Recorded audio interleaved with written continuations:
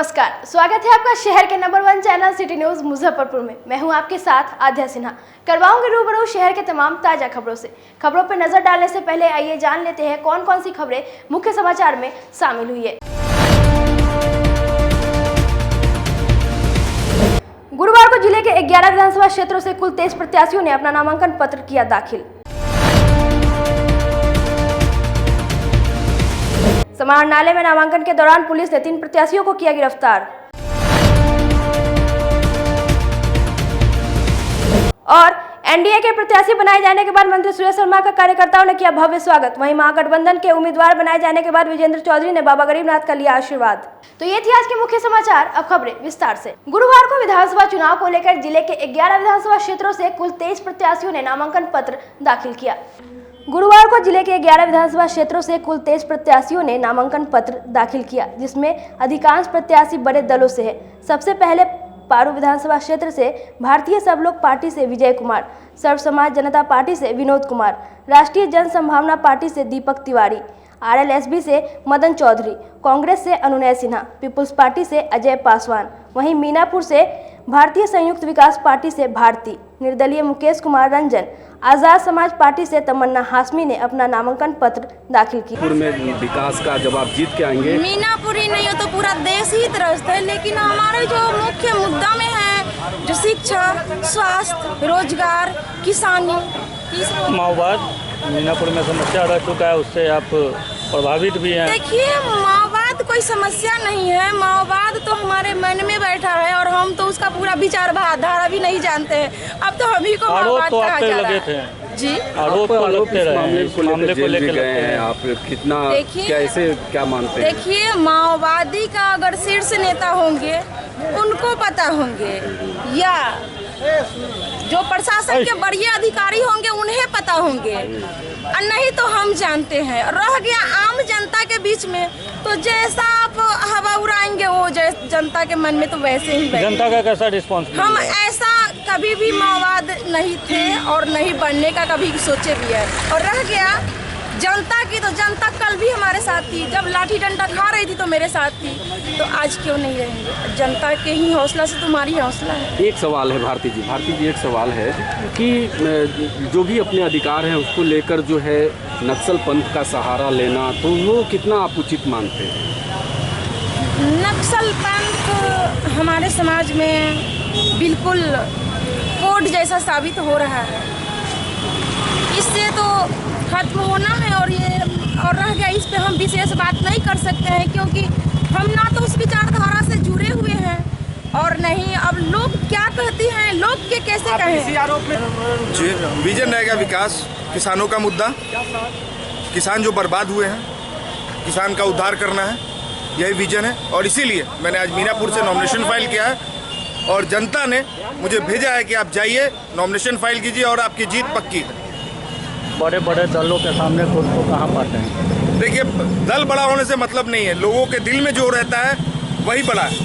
तो आज वहाँ की जनता के हम दिल में है और मैं यही कहना चाहूँगा कि वहाँ की जनता ने अगर मुझे चुनने का काम किया तो मीनापुर बिल्कुल आपको बदला हुआ नज़र आएगा। मीनापुर सब्जी का एक हब होगा, किसानों का एक हब होगा, जो आपको देखने को मिलेगा। तमन्ना आदमी की क्या तमन्ना है मीनापुर को लेकर? देखिए, मेरी तो तमन्ना है कि मैं मीनापुर को बेंगलोर बना दूं। बस जनता का साथ चाहिए और जो वो पूरा भरपूर मिल रहा है, और मुझे विश्वास है कि ये चुनाव मैं जीतने का काम करूंगा। कुडनी से निर्दलीय संजय कुमार, गायघाट से आरजेजेपी से विकास कुमार, निर्दलीय विजय कुमार कुशवाहा ने पर्चा भरा। बरुराज से युवा क्रांति पार्टी से बलेंद्र तिवारी, सजग समाज पार्टी से राजेश कुमार शाह ने भी पर्चा भरा। वहीं साहेबगंज से निर्दलीय प्रत्याशी मीरा कुमोदी ने पर्चा भरा। हमारे राष्ट्रीय अध्यक्ष आदरणीय उपेंद्र कुशवाहा जी का मानना है कि बिहार में 3 मुद्दों पर चुनाव लड़ना है हमें: पढ़ाई, कमाई और कार्रवाई। मानना है सरकार का कि हमारी पार्टी का कि जब तक शिक्षित बेरोजगारों की संख्या बढ़ती रहेगी तब तक समस्या का समाधान नहीं होगा, बिहार का विकास नहीं होगा। जब तक किसान समस्याओं से जूझते रहेंगे तब तक बिहार का विकास संभव नहीं है, और जब तक कार्रवाई उचित ढंग से नहीं होगी प्रशासन के द्वारा तब तक अपराध बढ़ता रहेगा। इन्हीं 3 मुद्दों पर पढ़ाई, कमाई और कार्रवाई के साथ हमारी पार्टी राष्ट्रीय लोक समता पार्टी चुनाव में आएगी शिक्षा को लेकर के ज़्यादा आंदोलन किया गया आपके पार्टी के द्वारा, तो हमारे- क्या कुछ रणनीति रहेगी शिक्षा को लेकर? शिक्षा को लेकर रणनीति यही है, शिक्षा के सवाल पे एकमात्र पार्टी हमारी है जो हमेशा सभी समस्या के लिए समाधान ढूंढने का प्रयास की है और रैली के माध्यम से जागरूकता के माध्यम से मानव कतार के माध्यम से हमेशा हम लोगों ने इसको आंदोलित करने का काम किया है। हमारे नेता का मानना है कि चाहे वो आरक्षण हो, चाहे बच्चों की बेरोजगारी हो, जब तक शिक्षा नहीं होगा सुदृढ़ तब तक न तो आरक्षण का लाभ मिल पाएगा और न ही बिहार का विकास हो पाएगा, न ही युवाओं का मान सम्मान बढ़ पाएगा। एक तरफ एनडीए है, दूसरी तरफ महागठबंधन है। आपकी पार्टी, आप वहाँ कितने टिकेंगे? ये जीत कितनी सुनिश्चित? हमारी पार्टी सर जब 15 सालों से एक ही व्यक्ति के पास पूरा क्षेत्र- देखिए 15 साल और 15 साल ये दोनों 30 साल जो है बदहाल रहा है, बिहार का बुरा हाल हुआ है। निश्चित रूप से जनता में बदलाव का मूड है। 15-15 वर्ष दोनों को देख चुके हैं। इस बार तीसरे विकल्प पर जनता विचार कर रही है, जो नया विकल्प होगा। और हमारा जो फ्रंट है, डेमोक्रेटिक फ्रंट जो बनाए हैं हमारे ग्रैंड डेमोक्रेटिक सेकुलर फ्रंट, ये निश्चित रूप से इसमें सभी दल के लोग हैं। हमारे साथ उपेंद्र कुशवाहा जी की पार्टी है, हमारे साथ ओवैसी जी की पार्टी है, हमारे साथ बहन मायावती जी के लोग हैं, हमारे पास संजय कुमार चौहान जी हैं, देवेंद्र यादव जी हैं। इसलिए निश्चित रूप से जितने सेकुलर लोग हैं बिहार के वो इस फ्रंट में हैं और नेता भी बदलाव चाहती है। और हमारे फ्रंट में भी ऐसा चर्चा है कि हमारे नेता उपेंद्र कुशवाहा को एक फेस वैल्यू मानकर यह चुनाव लड़ेगा फ्रंट और निश्चित रूप से हम जीतेंगे। मदन चौधरी। वहीं औराई से सीपीआई एमएल आफ्ताब आलम ने पर्चा दाखिल किया, जबकि सकरा से एक भी प्रत्याशी ने पर्चा नहीं भरा। बहुत खुशी की बात है कि कुटनी विधानसभा क्षेत्र से एक मजदूरों ने नामांकन किया है। वैसे हर साल नेता को तो हम वोट देते ही थे, लेकिन ये बहुत ही खुशी की बात है कि इस बार एक मजदूर जीतेगा और मजदूर जीत के विधानसभा में जाएगा। बिहार के हजारों लाखों मजदूर का आवाज़ बनेगा और उनके लिए हम संघर्ष करेंगे। बहुत बहुत धन्यवाद। बड़ी पार्टियों से कैसे भिड़ेंगे? बड़ी पार्टियां, आप निर्दलीय हैं, जन समर्थन कितना है संजय सानी के पास? मैं इसीलिए तो लड़ने आया हूँ, भिड़ने के लिए ही लड़ने आया हूँ। बिहार में एक ऐसा विधानसभा है और एक ऐसा प्रखंड, एक ऐसा विधानसभा है जहाँ पर नेता और मजदूर का टक्कर होने वाला है और शुरू हो गया है। आज मैंने नॉमिनेशन कर दिया है बिहार में विधानसभा, कुटनी विधानसभा से, और नेता और मजदूर का टक्कर शुरू होगा आज से। मेरा नाम संजय सानी है, कुटनी विधानसभा का निर्दलीय उम्मीदवार हूँ। समाहरणालय में नामांकन के दौरान जिला पुलिस ने कई अलग अलग आपराधिक मामले में 3 प्रत्याशियों को किया गिरफ्तार। गुरुवार को 3 प्रत्याशी को नामांकन के दौरान गिरफ्तार किया गया। सबसे पहले पहुंचे औराई के सीपीआईएमएल के प्रत्याशी मोहम्मद आफ्ताब आलम को गिरफ्तार कर न्यायालय में प्रस्तुत किया गया। आफ्ताब पूर्व के एक मामले में आरोपित हैं, जिसमें उन्हें जमानत नहीं ले रखा था। आफ्ताब के नामांकन की सूचना जैसे ही पुलिस प्रशासन को मिली, उसके कुछ देर बाद ही पूरे समाहरणालय परिसर को पुलिस ने जवानों ने घेर लिया और नामांकन के क्रम में ही आफ्ताब को गिरफ्तार कर लिया। हम लोग की पार्टी तो गरीबों के लिए लड़ती ही है। कुछ दिन पहले का शायद मामला था, एक दीपक राय की हत्या हो गई थी, अब मार के लटका दिया था, तो उसके इंसाफ के लिए हम लोग लड़ रहे थे। हम लोग को पता भी नहीं था कि उसके लिए उसका FIR हुआ होगा, मुझे मालूम भी नहीं था। अभी अचानक कल 12 बजे पता चलता है कि आप पर FIR हुआ। ये सब राजनीतिक साजिश है और कुछ नहीं। क्या आरोप क्या लगाया गया आप पर? वही कि आप विधि व्यवस्था में बाधा डाले हैं, आप सोशल डिस्टेंसिंग का पालन नहीं किए हैं, यही आरोप है। किस थाना का है? कटरा थाना है। वहीं दूसरे प्रत्याशी रहे कांटी विधानसभा क्षेत्र से नामांकन कर रहे राष्ट्रीय सेवा दल के अंशु कुमार को भी गिरफ्तार कर लिया गया। अंशु भी एक पुराने मामले में आरोपी था और उसने भी जमानत नहीं ले रखा था। वहीं कांटी के प्रत्याशी अनय राज को भी अय्यापुर थाना कांड संख्या 1476/19 में गिरफ्तार कर लिया गया। अनय राज ने इस दौरान अपनी गिरफ्तारी का विरोध भी किया, परंतु भारी पुलिस बल के सामने उसकी एक न चली। अनय राज ने बताया कि इस मामले में उसने जमानत के लिए बेल फाइल कर दिया था, परंतु उसे अभी तक बेल नहीं मिला। अय्यापुर की बेटी, हमारी कांटी की एक बेटी को इंसाफ दिलाने के लिए उसका गैंगरेप हुआ था और हम लोग आए थे। 4 घंटा जाम होने के बाद DSP राम नरेश पासवान जी और कुंदन सर की उपस्थिति में उस जाम को हमने खत्म कराया था, लेकिन राजनीतिक षड्यंत्र के तहत उस जाम में भी हम पर एक केस किया गया 353 के तहत। और अय्यापुर बैरिया गोलंबर का मामला है, उसी केस में हमारा बेल भी फाइल है, पूरा नकल से लेकर सारा चीज़। हम और हमारे 2-3 साथी थे, 3-4 साथी का बेल भी हो चुका है। हमारा केवल आज पेशी होना था और पेशी पर फाइनल ऑर्डर चढ़ाना था, लेकिन वो ऑर्डर शायद नहीं चढ़ा है। मैडम वेरीफाई की हैं तो उसमें नहीं, तो उस केस में हमको गिरफ्तारी में बेल पे नहीं थे। जी नहीं, बेल मेरा था। ये अनयराज को गिरफ्तार कर ले जाने के क्रम में पुलिस ने बताया कि उसने गलत जानकारी दी थी। बेल इनका नहीं हुआ है, झूठ फॉल्स बता रहे कि बेल हुआ है। चलिए। वहीं पूरे मामले में सिटी एसपी राजेश कुमार ने गिरफ्तारियों की पुष्टि करते हुए बताया कि अगर पूर्व के मामले में किसी भी प्रत्याशी ने जमानत नहीं ले रखी है तो उन्हें गिरफ्तार किया जाएगा।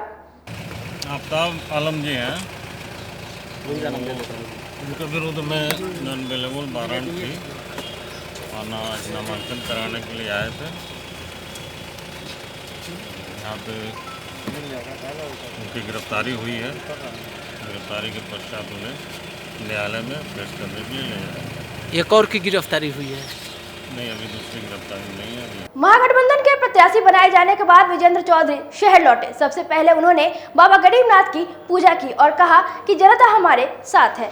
मुजफ्फरपुर 94 विधानसभा क्षेत्र से महागठबंधन के कांग्रेस पार्टी के उम्मीदवार बनाए जाने के बाद विजेंद्र चौधरी शहर पहुंचे और सबसे पहले वे बाबा गरीबनाथ मंदिर पहुंचे और बाबा गरीबनाथ की पूजा अर्चना की। उन्होंने जीत का दावा ठोकते हुए कहा कि जनता ठगने वाले नेताओं को समझ चुकी है। तो सिंबल लेके हम आए हैं और बाबा के चरणों में अपना आशीर्वाद मांगे हैं।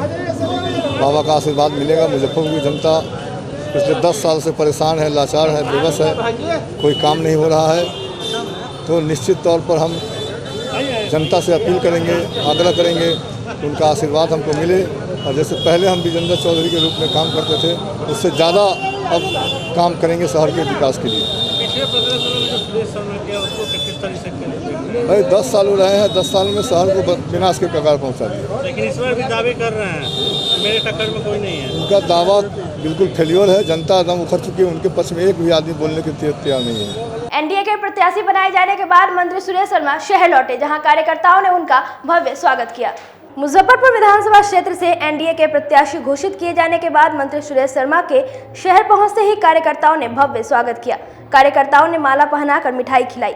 मंत्री सुरेश शर्मा के साथ सभी कार्यकर्ताओं ने जीत का साइन दिखाया। मंत्री सुरेश शर्मा ने कहा कि मेरे जिंदगी का लक्ष्य है मुजफ्फरपुर को स्मार्ट सिटी बनाना।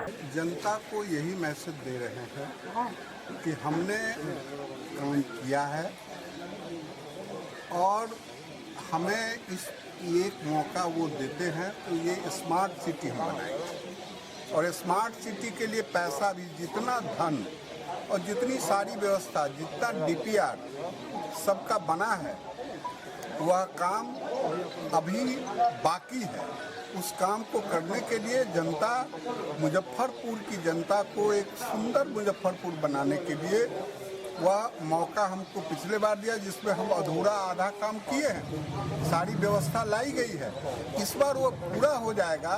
इसके लिए मैं उनसे आग्रह करता हूँ कि वो सुरेश शर्मा जो उनके प्रतिनिधि हैं उनको दोबारा बैठाएं और इस काम को हमसे करवाएं। यह उनका जो है हमारे ऊपर, उन्होंने हमको सबसे बिहार में ज़्यादा वोट से जिताया, इसलिए सबसे सुंदर शहर बना करके हमको देंगे। यही आग्रह हमारा करना है और यही मेरा मुद्दा है। समाहरणालय सभागार में जिला निर्वाचन पदाधिकारी डॉक्टर चंद्रशेखर सिंह ने कुर्नी, सकरा और मुजफ्फरपुर विधानसभा क्षेत्र के पदाधिकारियों के साथ बैठक किया।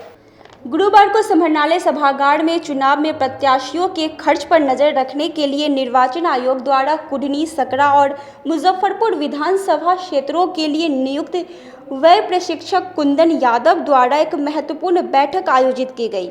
बैठक में कुर्नी, सकरा और मुजफ्फरपुर निर्वाचन क्षेत्र से संबंधित प्रतिनियुक्त फ्लाइंग स्क्वाड, वीडियो टीम और अकाउंटिंग टीम के पदाधिकारी उपस्थित थे। कुंदन यादव ने सभी अधिकारियों को दिए गए कार्यों पर समय पर पूरा करने का निर्देश दिया। व्यय एवं अनुश्रवण कोषांग के नोडल पदाधिकारी गोपाल अग्रवाल ने बताया कि एफएसटी की 36, वीएसटी की 14 टीम, स्टैटिकल सर्विलेंस की 36 टीम द्वारा लगातार क्षेत्रों में कार्य किया जा रहा है। बैठक में एमसी कोषांग के नोडल अधिकारियों, जिला जनसंपर्क पदाधिकारी कमल सिंह के साथ अन्य पदाधिकारी उपस्थित थे। आज की बैठक व्यय एवं अनुश्रवण कोषांग के तत्वाधान में एक्सपेंडिचर की बैठक एक्सपेंडिचर ऑब्जर्वर की अध्यक्षता में हुई और सकरा, कुढ़नी और मुजफ्फरपुर विधानसभा क्षेत्रों में एक्सपेंडिचर ऑब्जर्वर जो आए हैं उनका नाम कुंदन कुमार यादव है। उनके द्वारा ये बैठक बुलाई गई थी। बैठक में सभी फ्लाइंग स्क्वाड टीम के सारे सदस्य, एसएसटी वीडियो सर्विलांस टीम के सदस्य उपस्थित थे। उनको बहुत सारी बातें ऑब्जर्वर द्वारा बताई भी गई और साथ ही अभी तक जो उनके द्वारा कार्य किए गए हैं उनके बारे में जानकारी भी ऑब्जर्वर महोदय के द्वारा ली गई है। ऑब्जर्वर ने स्पष्ट निर्देश दिया है कि चुनाव के दरमियान में जो अवैध धन का जो आवागमन है उस पर सख्ती से। अब वक्त हो चला एक छोटे से ब्रेक का, कहीं मत जाइएगा, बने रहिए सिटी न्यूज मुजफ्फरपुर के साथ। कैरियर अचीवर्स आपके विश्वास पर खरा उतरने वाला कोचिंग संस्थान है। हमारे यहाँ मेडिकल, IIT, JEE तथा फाउंडेशन की तैयारी भी कराई जाती है। इसके अलावे exclusive batch JEE mains, advance की भी क्लासेस चलाई जाते हैं। छात्र छात्राओं को 100% स्कॉलरशिप की भी व्यवस्था है। यहाँ से कितने छात्र छात्राएं सफलता की सीढ़ी चढ़ चुके हैं। Classes taken by top mentors, तो हमारे यहाँ अवश्य पधारें। तो हमारा पता याद रखें, हमारा पता है career achievers, Mithanpura, near north point school, और हमारा कॉन्टेक्ट नंबर है 8002479735, या फिर आप हमें कांटेक्ट कर सकते हैं 8877430251 पर। सबसे बड़ी बात तो ये है कि हम चाहते हैं कि हमारे इस मिशन में हमारे बच्चे गंगा पार करके उस पार नहीं जा पाए। यही नहीं, मिशन तो तब सक्सेसफुल होगा जब गंगा पार के बच्चे यहाँ एडमिशन लेने के लिए मार करेंगे। इसी आशा के साथ इंस्टीट्यूट तो हम लोग चला रहे हैं, अपने बच्चों को खुश करने की कोशिश कर रहे हैं। बच्चों को मैंने यही कहा है, तुम अपना समय दो, मैं तुम्हें आसमान की बुलंदियों पर पहुंचा दूंगा।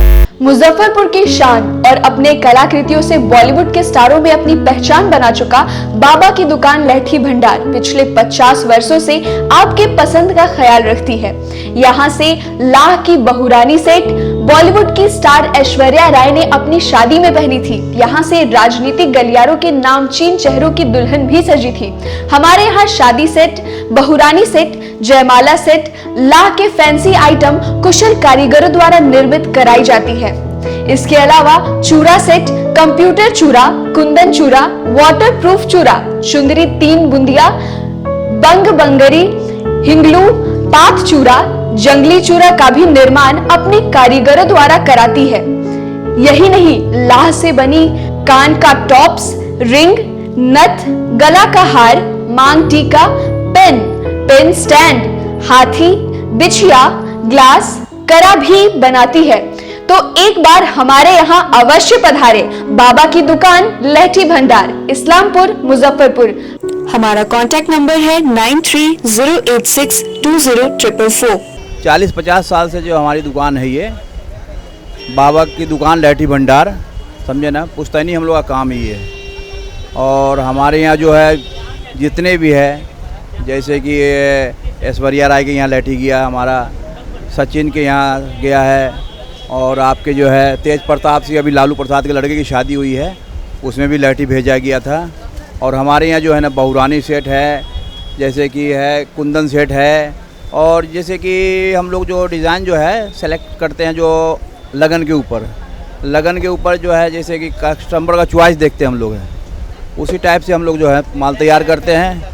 और कलर है मैचिंग, हमारे यहाँ सबसे विशेषता है कि हर तरह के लहंगे का जो है ना मैचिंग तुरंत हैंड टू हैंड हम लोग लगा के दे देते हैं। हम पढ़ाते नहीं, हम बच्चों में विश्वास जगाते हैं। Christ Jyoti international school, based on CBSE curriculum with को एजुकेशन। इस स्कूल में प्रत्येक विषयों के लिए अनुभवी शिक्षकों का समूह है। विद्यार्थियों को अलग से ट्यूशन पढ़ने की आवश्यकता बिल्कुल नहीं है। बच्चों को प्रत्येक विषयों के लिए अलग से अतिरिक्त कक्षाएं दी जाती हैं। साइंस और कंप्यूटर लैब की व्यवस्था के साथ उत्तम खेल कूद के लिए बड़ा सा कैंपस भी है। नर्सरी के बच्चों को खेल कूद की विधि से पढ़ाई जाती है। केंद्रीय माध्यमिक शिक्षा बोर्ड पर आधारित पाठ्यक्रम से कक्षा प्ले हाउस व नर्सरी से अष्टम वर्ग तक ये नामांकन प्रारंभ है। तो नामांकन के लिए तुरंत संपर्क करें। हमारा पता है क्राइस्ट ज्योति इंटरनेशनल स्कूल, धर्मोदय स्थली, माधोपुर सुस्ता, मुजफ्फरपुर। के रूप में ज्वाइन किया क्राइस्ट ज्योति स्कूल को, और यहाँ की व्यवस्था, यहाँ के पेरेंट्स सारे लोग पूरी तरह से बच्चों की पढ़ाई के प्रति जो केयरलेस थे, मैंने उन्हें जागरूक करने की कोशिश किया और उस व्यवस्था को बदलने के लिए मैं हर संभव प्रयास करती हूँ। जहाँ तक हो पाएगा मैं इसे आगे बढ़ाऊंगी, इसे आगे बढ़ाना ही मेरा कर्तव्य है। ब्रेक के बाद आप तमाम दर्शकों का स्वागत है सिटी न्यूज मुजफ्फरपुर में। आइए रुक करते हैं अगली खबरों की ओर। कांग्रेस से मुजफ्फरपुर विधानसभा क्षेत्र से विजेंद्र चौधरी को प्रत्याशी बनाए जाने के बाद युवा कांग्रेस के सदस्यों ने खुशी जाहिर की। कांग्रेस प्रत्याशी विजेंद्र चौधरी पर जिला प्रवक्ता वेद प्रकाश द्वारा लगाए गए आरोप को उनका निजी आरोप बताते हुए गुरुवार को तिलक मैदान स्थित कांग्रेस जिला कार्यालय में युवा कांग्रेस के जिला अध्यक्ष सद्दाम हुसैन ने कही। उन्होंने बताया कि कांग्रेस प्रत्याशी विजेंद्र चौधरी को जीत दिलाने में युवा कांग्रेस के सभी समर्पित कार्यकर्ता जुटे हैं और कांग्रेस को इस बार जीतने से कोई भी नहीं रोक सकता। पार्टी का उन्हें पूरा सहयोग है। आज युवा कांग्रेस की तरफ से प्रेस वार्ता की गई है, जिसकी मुख्य वजह है कि बिहार में जो चुनाव है और खासकर जो मुजफ्फरपुर जिला है, जिसमें कल रात्रि दूसरे चरण की जो प्रत्याशियों की घोषणा कांग्रेस के द्वारा की गई है, जिसमें विधानसभा चुनाव मुजफ्फरपुर से 3 सीट कांग्रेस को दी गई है और जिसके प्रत्याशियों की भी घोषणा कल रात में कर दी गई है। इसलिए युवा कांग्रेस अब इस चुनाव में बहुत ऐसी मुद्दा है जो पिछले 15 सालों में एनडीए गठबंधन की जो सरकार बिहार में रही है और बिहार को जिस तरह से पूरी तरह से पिछड़ी हुई और जो युवा थी या फिर जो रोजगार की समस्या थी या महिला सुरक्षा की हो या भ्रष्टाचार की हो या फिर पूरे बिहार के विकास की बात हो या छात्र नौजवान की बात हो, हर एक मुद्दे पे जिस तरह से इस सरकार ने पूरी निकम्मीपन दिखाने का काम किया है और जनता जिस तरह से इनसे पूरी तरह से क्षुब्ध हुआ है, वो इस चुनाव में इनको पूरी तरह से अपने वोटों से चोट करने का काम करेगी। और साथ ही साथ युवा कांग्रेस इस पूरे 3 विधानसभा में और गठबंधन के जहां भी प्रत्याशी है, युवा कांग्रेस के द्वारा आज इस पर निर्णय लिया गया है कि पूरे विधानसभा में युवा कांग्रेस अपने प्रभारी नियुक्त करेंगे और जो युवा कांग्रेस के साथी जहां प्रभारी होंगे वहां के विधानसभा और प्रखंड के साथियों को कोऑर्डिनेट करेंगे और जो जन समस्याएं हैं, मुद्दा है युवा का या फिर महिलाओं का सुरक्षा का या फिर रोजगार का या छात्र नौजवान जो आज विश्वविद्यालय की शिक्षा की जो व्यवस्था है जिस तरह से पूरी ठप हो चुकी है, उस मुद्दे को लेकर युवाओं और छात्रों के बीच में भी अपने आवाज़ बुलंद करेंगे। इसकी सबसे बड़ी वजह ये भी है कि इस दफ़ा चुनाव में युवाओं की भागीदारी काफ़ी रहेगी और वो युवा इस सरकार से पूरी तरह क्षुब्ध हो चुकी है, तो अपने वोट से इस सरकार को चोट करने का काम करेगी और यहाँ महागठबंधन की सरकार बनेगी। और सरकार बनते ही सबसे पहला जो महागठबंधन का वादा है वो युवाओं को रोजगार देने का, वो अब ये काम करेगी। और उसके साथ साथ जो कल कारखाना ठप हो चुकी है, जो यहाँ के लोग मजदूर किसान जो जिस तरह से परेशान है, जो मजदूर बाहर जाकर मजदूरी करने पे विवश है, उन लोग के लिए भी यहाँ सुचारू ढंग से कल कारखाने चालू करने का काम होगी। और बहुत ऐसे मुद्दाएं हैं जो आज सरकार के खिलाफ हम लोग जनताओं के बीच में जाएंगे और उस मुद्दे पे चुनाव में उनको हराने का काम करेंगे और हम लोग विजय होंगे। यही संकल्प है युवा कांग्रेस का और यहाँ गठबंधन के सभी पार्टियों का। तिरहुत शिक्षक निर्वाचन क्षेत्र से एनडीए के प्रत्याशी डॉक्टर नरेंद्र प्रसाद ने अपनी जीत का दावा ठोका। गुरुवार को माड़ीपुर स्थित एक निजी होटल के सभागार में तिरहुत शिक्षक निर्वाचन क्षेत्र से एनडीए प्रत्याशी नरेंद्र सिंह ने संवाददाता सम्मेलन कर बताया कि उनका उद्देश्य है कि शिक्षकों को समान काम का समान वेतन लागू करवाना है, शिक्षकों को सेवा शर्त को ठीक करवाना, जो उच्च विद्यालय के शिक्षक हैं उन्हें उत्क्रमित विद्यालय के निर्देशों से मुक्त कराना, वित्त रहित कॉलेजों को अनुदान दिलवाना, साथ ही बीएड कॉलेज में नामांकन प्रक्रिया में बदलाव लाकर संस्थान को पटरी पर लाना उनका मुख्य उद्देश्य है। उसमें बहुत सारी मुद्दा हैं। सबसे बड़ी मुद्दा तो है कि वित्त रहित शिक्षकों का, कि मदन मोहन झा के नेतृत्व में कमेटी का गठन हुआ था कॉमन स्कूल सिस्टम का, जो नीतीश कुमार सरकार ने गठन कराई थी और उस कमेटी ने यह निर्णय दिया था कि बिहार के जितने भी वित्त रहित शिक्षण संस्थान हैं वह बिहार के लिए कलंक है। सरकार को जल्दी से जल्दी उसको अधिग्रहण कर लेना चाहिए। तो हमारा मुख्य मुद्दा होगा कि वित्त रहित शिक्षण संस्थानों को सरकार अधिग्रहण कर ले और उसको सरकारीकरण करा ले। यह एक बहुत बड़ी मुद्दा है। दूसरी मुद्दा हम लोगों के लिए होगा कि उत्क्रमित विद्यालय बनाया गया है। जितने मिडिल स्कूल है, जितने प्राइमरी स्कूल हैं, उसको +2 और सेकेंडरी विद्यालय में कन्वर्ट किया गया है। +2 और सेकेंडरी स्कूल के जो शिक्षक हैं वो प्राइमरी के अधीन रह रहे हैं। यह कहीं से भी उचित नहीं है कि प्राइमरी के हेडमास्टर हों और सेकेंडरी और +2 के शिक्षक उनके अधीन काम करें। यह न्यायोचित नहीं है। इसको भी दूर करने का प्रयास किया जाएगा। नियोजित शिक्षकों का जहाँ तक मामला है कि सरकार ने अभी उसके लिए सेवा शर्त बनाया है, लेकिन सेवा शर्त जो बनाया है वो बहुत ही त्रुटिपूर्ण है। वह कहीं से भी शिक्षकों के हितकर नहीं है और उसके हित के लिए सेवा शर्त का फिर से गठन हो, नया सेवा शर्त बनाए, इसके लिए काम किया जाएगा। और नियोजित शिक्षकों का जो वेतन है उसमें वृद्धि 15% की सरकार ने घोषणा की है, लेकिन 15% से काम नहीं चलेगा। उसके लिए लेवल 7 और लेवल 8 दो तरह का उसका पे स्ट्रक्चर है। सरकार उस लेवल 7 और लेवल 8 का पे स्ट्रक्चर दे, इसके लिए लड़ाई लड़ी जाएगी। अभी नया एक और मुद्दा हम लोगों के साथ जुड़ा है। ITI और BEd कॉलेज जितने हैं वो भी हमारे मतदाता बने हैं। उनकी भी समस्या अलग समस्या है BEd कॉलेज का कि सरकार एक जगह से परीक्षा लेती है और कहीं का लड़का को कहीं भेज देता है, जिसके कारण BEd कॉलेज आज स्थिति यह है कि बंद होने के कगार पर है और उसमें लड़के की संख्या पूर्ण नहीं पाता है। जितना होना चाहिए उसका सीट है, सीट के अनुसार से वो भरता नहीं है। उसी तरह से ITI का जो है मुद्दा वो अभी बहुत ही ज्वलंत मुद्दा है, जिसमें बिहार के बच्चों का भविष्य सुरक्षित होता है और जितने बच्चे हैं वो नौकरी पा सकते हैं, लेकिन सरकार का ध्यान उस पर नहीं है।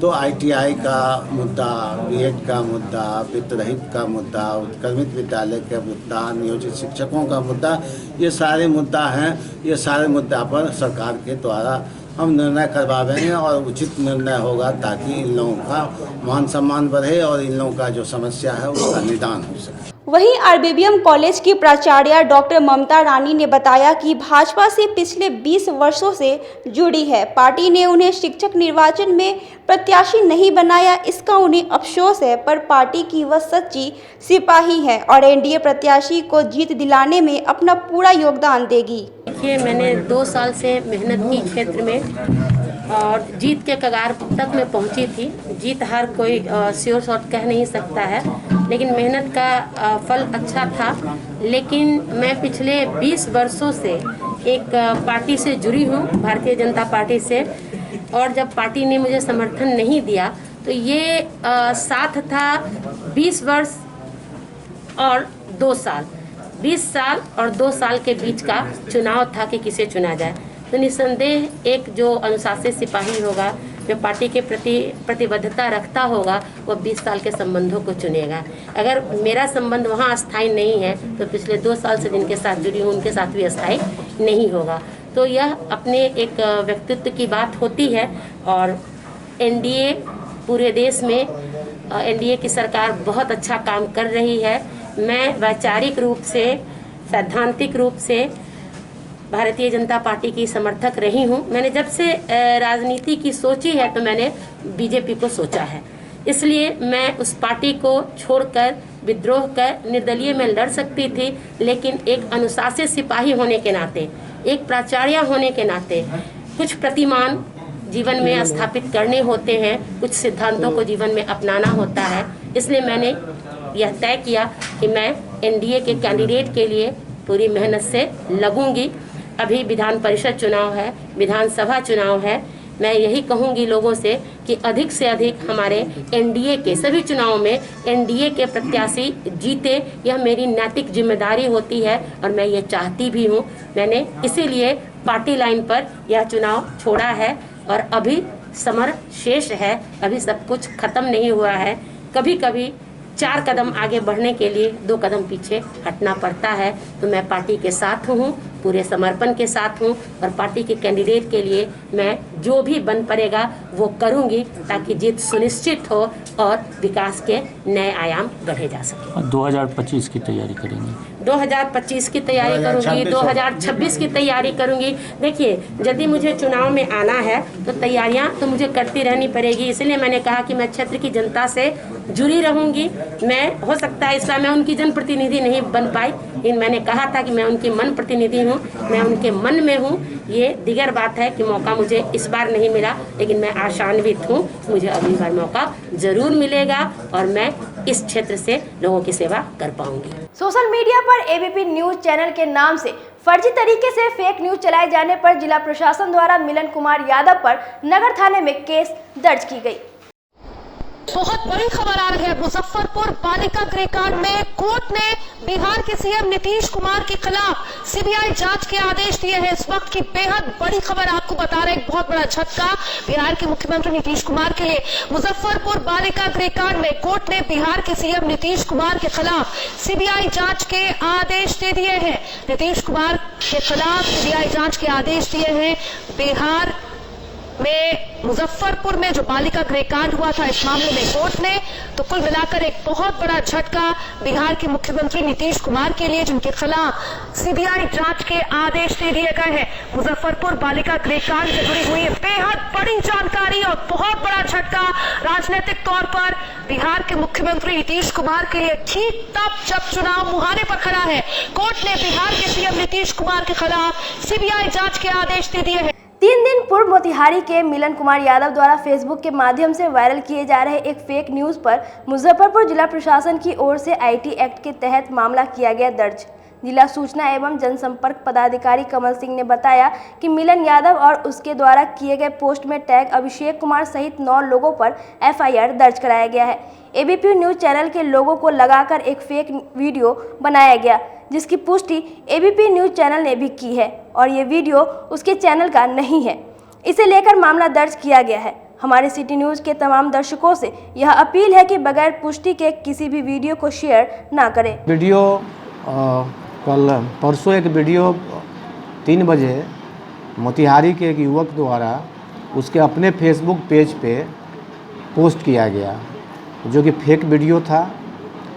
और एबीपी इस संबंध में एबीपी के स्टेट हेड से भी बात की गई दूरभाष पर, उनके द्वारा भी बताया गया कि फेक वीडियो है। तो ऐसा फेक वीडियो पोस्ट करके निर्वाचन के समय में स्वतंत्र एवं निष्पक्ष निर्वाचन में बाधा पहुंचाने की कोशिश की गई है। आम जनमानस को कन्फ्यूज करने का प्रयास किया गया है, भ्रम की स्थिति पैदा हुई है और इसे तनाव की भी स्थिति सामने आई है। इसे गंभीरता से लेते हुए जिलाधिकारी के निर्देश के आलोक में, जिला निर्वाचन पदाधिकारी मुजफ्फरपुर के निर्देश के आलोक में स्थानीय थाना टाउन थाना में मेरे द्वारा प्राथमिकी दर्ज की गई है। जांचोपरांत संबंधित थाना द्वारा पोस्ट करने वाले व्यक्ति और उनके साथ साथ जिन्होंने उसको शेयर किया है या जो टैग किए गए हैं, उन सबों पर कार्रवाई होगी। फ़िलहाल मिलन कुमार यादव मोतिहारी के जो हैं, उनका फेसबुक पर यह पोस्ट किया गया था, उन पर एफआईआर दर्ज की गई। आईटी एक्ट के तहत मामला दर्ज किया गया। तो जांचोपरांत ये पता चलेगा। IT act, CrPC and Indian panel code के जो भी एक्यूरेट जो प्रावधान होंगे। बिहार छात्र संघ द्वारा अपना 5वां स्थापना दिवस और पूर्व राष्ट्रपति डॉक्टर एपीजे अब्दुल कलाम की जयंती पर समारोह का आयोजन किया गया। मझौलिया चौक स्थित निजी होटल के सभागार में बिहार छात्र संघ द्वारा 5वां स्थापना दिवस तथा पूर्व राष्ट्रपति missile man doctor APJ Abdul Kalam की जयंती पर समारोह का आयोजन किया गया। इस दौरान छात्र संघ के पदाधिकारियों को सम्मानित किया गया। समारोह को संबोधित करते हुए छात्र संघ के अध्यक्ष ने कहा कि बिहार छात्र संघ कोई संगठन नाम मात्र नहीं है, यह हर छात्र छात्राओं का सोच है। 5वां स्थापना दिवस है और साथ ही साथ एपीजे अब्दुल कलाम का जन्मोत्सव भी है। और इस संदर्भ में हम लोग आज मुजफ्फरपुर में मझौलिया चौक पे बिहार छात्र संघ का स्थापना दिवस मनाए हैं। और साथ ही साथ एपीजे अब्दुल कलाम के जो विचारधारा है, जिसको हम लोग हमारी बैनर जो है बिहार छात्र संघ जो आदर्श मानती है, उस विचारधारा को हम लोग सभी युवा साथी के, चाहे सभी छात्र छात्राओं के दिल में जगाना चाहते हैं कि वे कहां से नीचे से कितने नीचे से उठकर और राष्ट्रपति बने, जो कि हमारे पूर्व राष्ट्रपति थे APJ अब्दुल कलाम जी। और उन्होंने बहुत सारा संघर्ष किया। उनकी जीवनी आप भी पढ़िएगा तो आप भी उनसे ज़रूर कुछ प्रेरणा मिलेगी। वही संदेश हम लोग पूरे बिहार वासियों के दिल में, पूरे छात्र छात्राओं के दिल में फैलाना चाहते हैं। हमें वो कहा करते थे कि सूरज की तरह चमकना है तो उसकी तरह जलना भी सीखो। मतलब ऐसी कोई चीज़ प्राप्त नहीं हो जाता। हर एक कामयाबी के पीछे कुछ ना कुछ मेहनत होता है, कुछ ना कुछ उसमें योगदान होता है। और वो कहा करते थे कि सपना वो नहीं जो सोने के बाद देखा जाए, सपना वो होता है जो सोने ना दे। मतलब जिंदगी का जो लक्ष्य है वैसा हो, जब तक उसे आप पा न ले तब तक आपको चैन से नींद नहीं आए। ऐसे युवाओं का सोच होना चाहिए, जो कि हमारे APJ अब्दुल कलाम जी ने बताया। और हम लोग भी उन्हीं के विचारधारा पे पूरे बिहार में उनके विचारधारा को फैलाना चाहते हैं बिहार छात्र संघ की तरफ से। और यहाँ पे हम लोग सभी युवा साथी जुड़े हैं। हम लोग का विचारधारा भी यही है, हम लोग कभी भी छात्र हित में काम करते हैं और हमेशा करते रहेंगे। आज बिहार छात्र संघ का 5वां स्थापना दिवस एवं APJ अब्दुल कलाम का जयंती समारोह था। और कोरोना को देखते हुए हम लोग आज यहाँ पे भीड़ कम जुटाने के कारण हम लोगों ने मुजफ्फरपुर के अंतर्गत आने वाले 13 प्रखंड में, अलग अलग जगह पे 13 प्रखंड में हम लोगों ने गरीब बच्चों में, गरीब बस्ती में कॉपी, कलम और मास्क, बिस्किट आदि का वितरण करवाया है।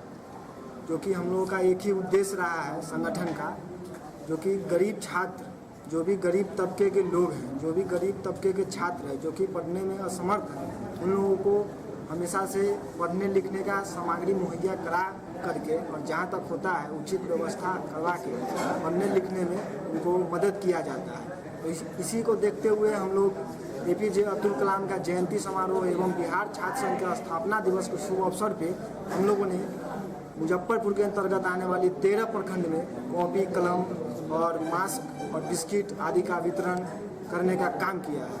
करण सिंह, जिलाध्यक्ष, बिहार छात्र संघ।